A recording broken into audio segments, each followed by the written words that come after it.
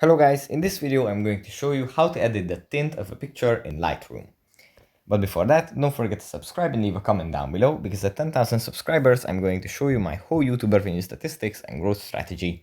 So without further ado, let's just jump right into it. First we have to open up the Lightroom app. And here in the Lightroom app from the gallery, we have to select the picture that we want to edit. Let's say it's this one.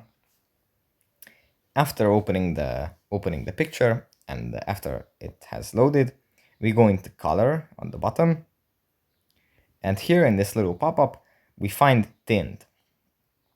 Now if we move the slider to the right, then the picture is going to get a bit of a purple tint. If we move it to the left, then the picture is going to get a bit of a green tint. So we can play around with this and find the position that best suits our taste. So yeah, that's pretty much it for this video. Hope it was helpful for you guys, and see you in the next one. Bye.